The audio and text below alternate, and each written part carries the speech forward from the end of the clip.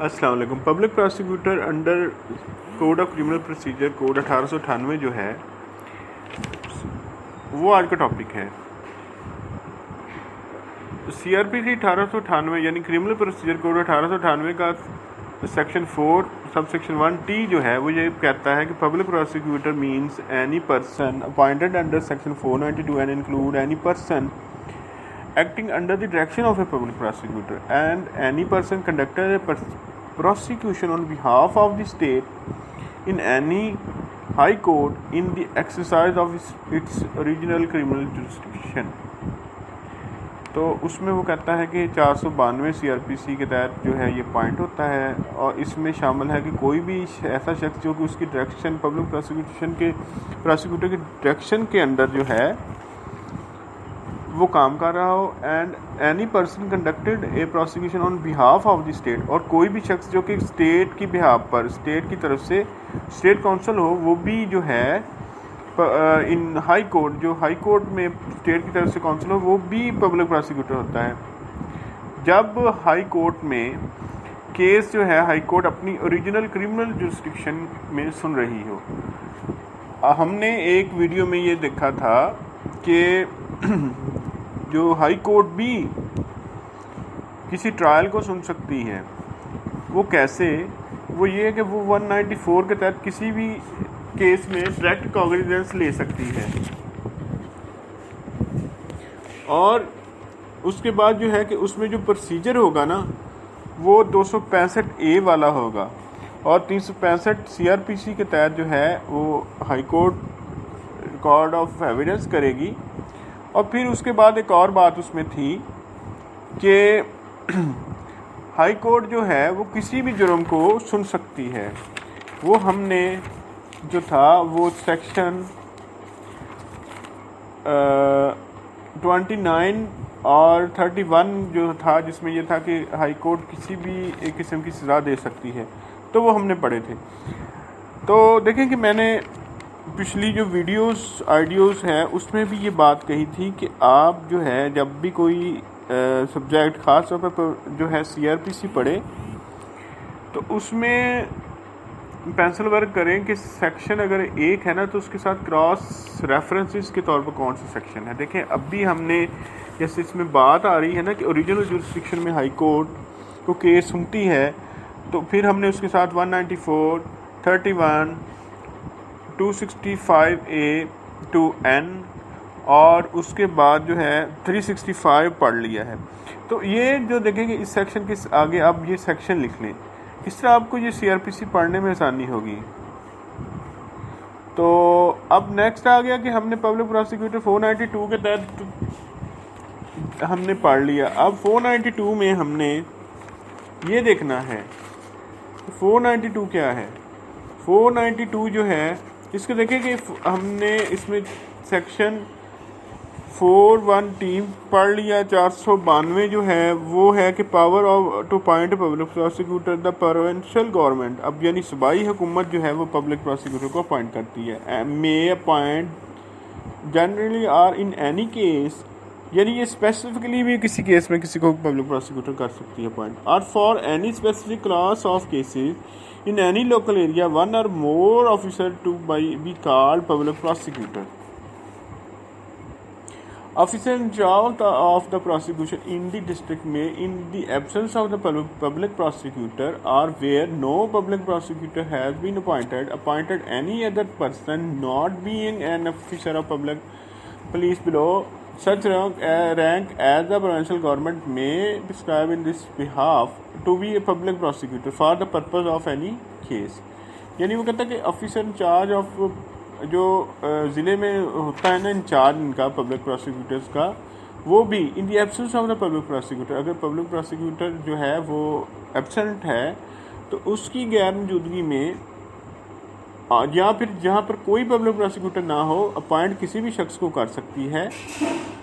Not being any officer of police below such rank as the provincial government may prescribe in this behalf for to be public prosecutor. तो वो any officer of police को भी वो below such rank not below such rank as the provincial government may prescribe, जो कि सूबाई हुकूमत prescribe करे वो भी कर सकती है। पब्लिक प्रोसिक्यूटर में plead in all courts in cases under his charge. Public prosecutor जो है वो तमाम केसेस जो हैं, ये 493 हम पढ़ रहे हैं। 493 में वो कहता है कि पब्लिक प्रोसिक्यूटर तमाम केसेस में प्लीड करेगा जो कि उसके चार्ज में आते हैं। Pleader privately instructed to be under his direction. जो पब्लिक प्रोसिक्यूटर है ना वो उसको सिर्फ इंस्ट्रक्ट कर सकते हैं। ये ही मेन बात है कि मेन जो है ना बामुताबिक कानून, ये हमारी प्रैक्टिस है कि जो प्राइवेट काउंसल्स हैं वो प्रोसिक्यूशन का जो है करते हैं ट्रायल में, लेकिन असल के तौर पर जो है जो भी मामलात होंगे, जो भी कोई दरख्वास्त होगी वो मूव होगी तो वो पब्लिक प्रोसिक्यूटर की तरफ से होगी। The public prosecutor may appear and plead without any written authority before any court in which any case of which he has charge is under inquiry. यानी पब्लिक प्रोसिक्यूटर जो उसकी आता है ना उसके अंडर कंट्रोल, उसमें बगैर किसी जो है ना वो कहते हैं कि रिटन ऑर्डर के वो कर सकते हैं plead.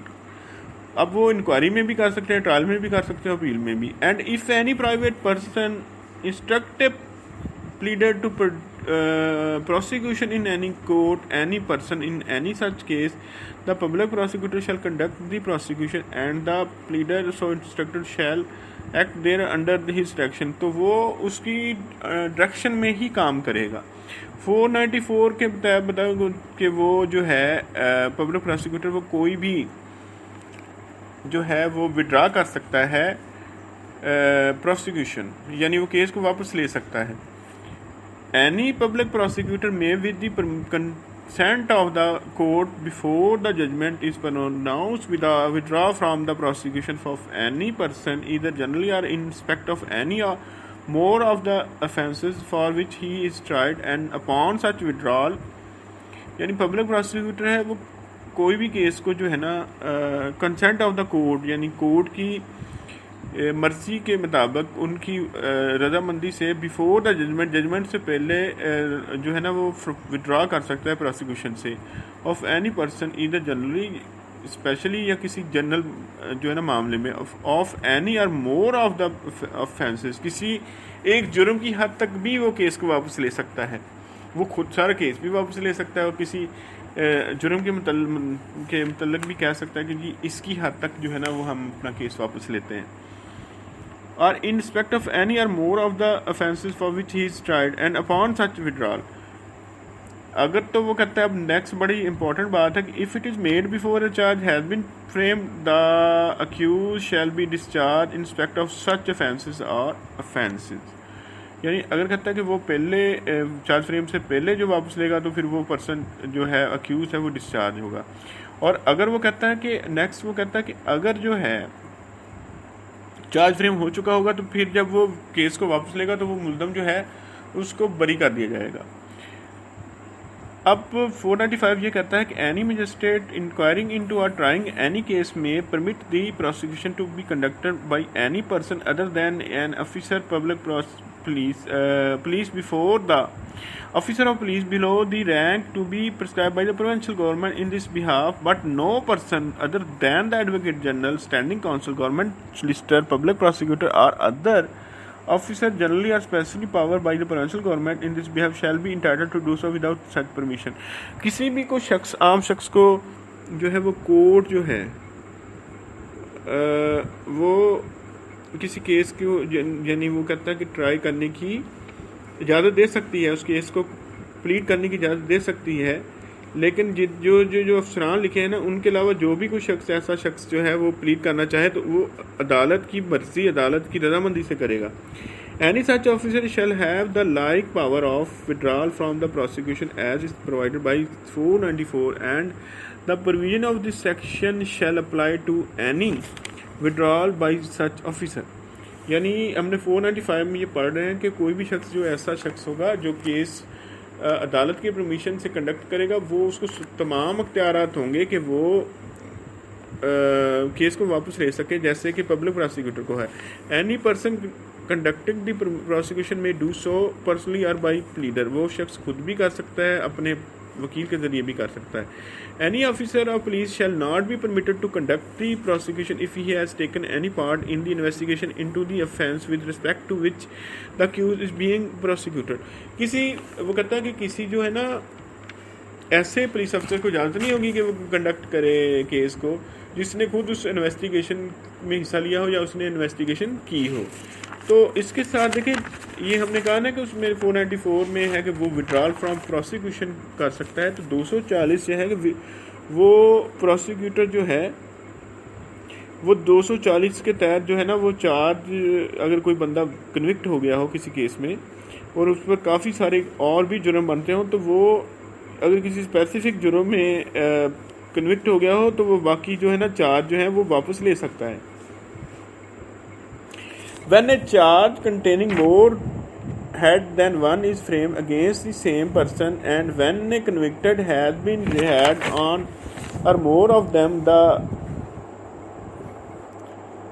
complaint or the officer conducted the prosecution may with the consent of the court withdraw the remaining charges or charges. The court of its own accord may stay the inquiry into a trial of such charge or charges. Such withdrawal shall have the effect of an acquittal on such charge or charges unless the conviction be set aside. ये हम 240 पढ़ रहे हैं कि वो कहता है कि जब एक शख्स किसी केस में ना एक जुर्म में सज़ा हो जाए तो प्रोसिक्यूटर क्या कर सकता है, वो अदालत की परमिशन से जो है वो बकिया जो है ना चार्ज जो है वो वापस भी ले सकता है। और जब वो बकिया जुर्म में चार्ज वापस लेगा तो वो बंदा जो है वो बरी होगा। और उसके बाद जो है 265 जो है वो ये कहता है कि trial by before session court और session before court of session to be conducted by public prosecutor. In every trial before a court of session initiated upon a report, the prosecution shall be conducted by the public prosecutor. 265 ए भी ये कहता है कि जो भी कार्रवाई होगी ना ट्रायल में, सेशन ट्रायल में, वो पब्लिक प्रोसिक्यूटर ही करेगा। और इसके अलावा जो है पब्लिक प्रोसिक्यूटर ही शहादत करवाएगा। ये हमने आज पब्लिक प्रोसिक्यूटर के मतलब पढ़ा है, उसके जितने भी सेक्शन उससे रिलेटेड थे ना वो हमने पढ़े हैं। तो इसमें कोई मज़ीद अगर आपने किसी चीज़ को अगर समझ ना आई हो तो आप कमेंट्स में उसका पूछ सकते हैं, कोई क्वेश्चन आपके माइंड में हो।